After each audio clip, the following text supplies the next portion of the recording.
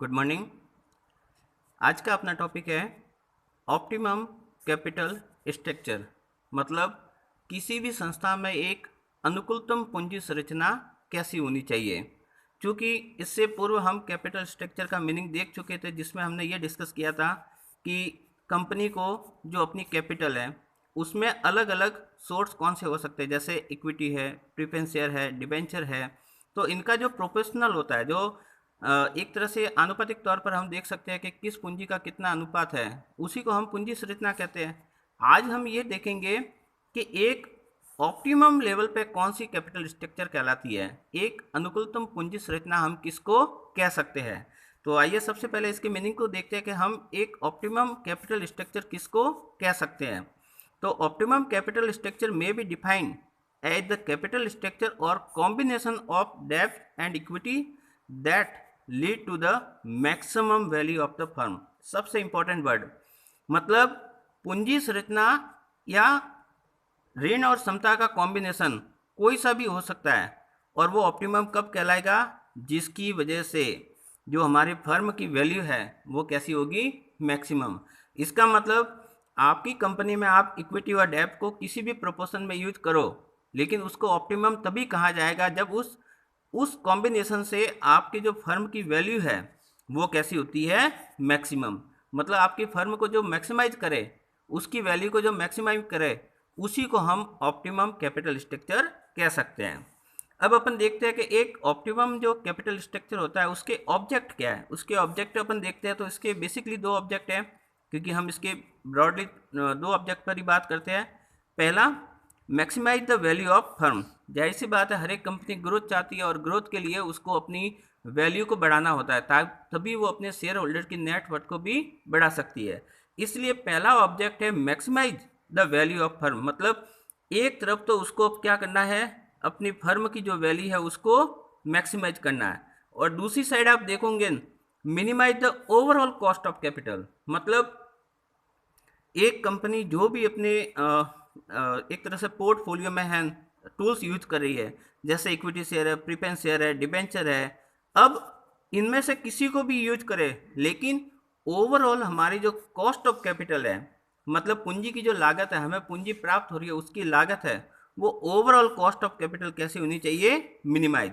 तो हमारी पूंजी संरचना का ढांचा ऐसा हो जिससे हमारे दो ऑब्जेक्ट फुलफिल हो सके, तभी हम उसको ऑप्टिमम कैपिटल स्ट्रक्चर कहेंगे।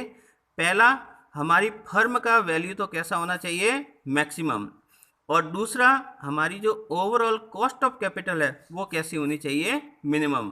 ये साधारण सा नियम है कि हमेशा लाभों को बढ़ाइए, क्योंकि ये वैल्यू आपके प्रॉफिट को इंडिकेट कर दी है, और चूंकि ये जो ओवरऑल कॉस्ट ऑफ कैपिटल है ये आपकी लागत को बता रही है, तो हमेशा एक कंपनी की कोशिश क्या होगी, कॉस्ट को घटाना और प्रॉफिट को बढ़ाना।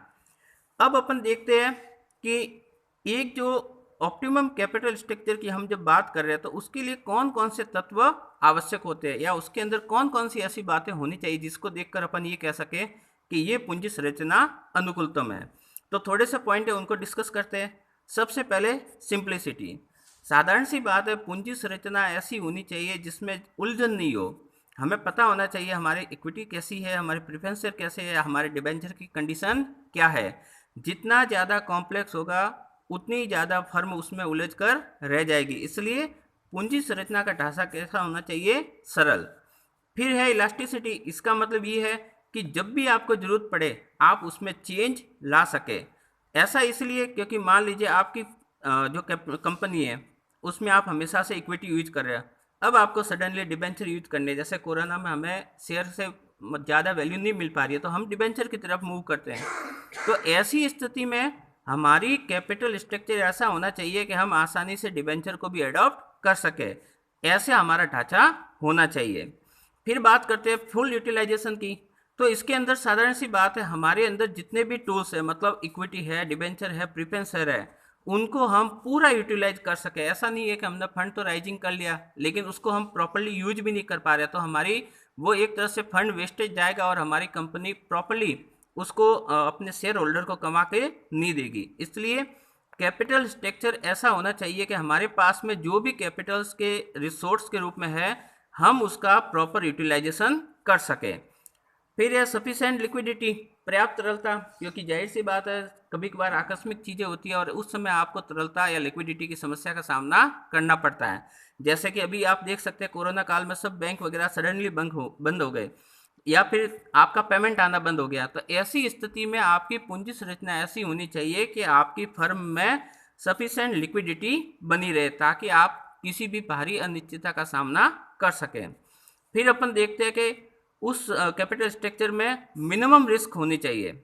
जाहिर सी बात है रिस्क जितनी कम होगी आप शेयर होल्डर को उतना ही प्रॉफिट दे सकते हैं और कंपनी भी स्मूथली चल सकती है। इसलिए कैपिटल स्ट्रक्चर ऐसा हो कि उसमें रिस्क कम हो, साथ ही साथ कॉस्ट भी मिनिमम हो। ये तो इसका बेसिक ऑब्जेक्ट है ही है। फिर अपन देखते हैं कि कैपिटल स्ट्रक्चर ऐसा होना चाहिए जिसमें मैक्सिमम कंट्रोल आपका हो, क्योंकि ऐसा तभी संभव है जब आप अपना काम व्यवस्थित कर सकते हैं।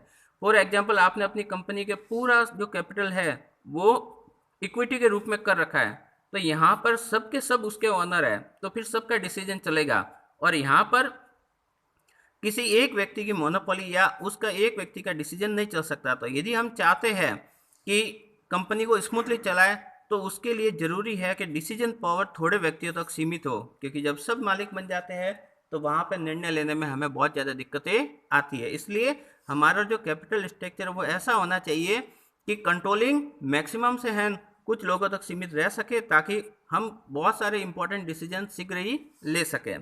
फिर मैक्सिमम प्रॉफिटेबिलिटी, तो ये तो एक सामान्य सा नियम है, किसी भी संस्था को कमाने के लिए लाभ जरूरी है और वो उसके लिए काम करती है।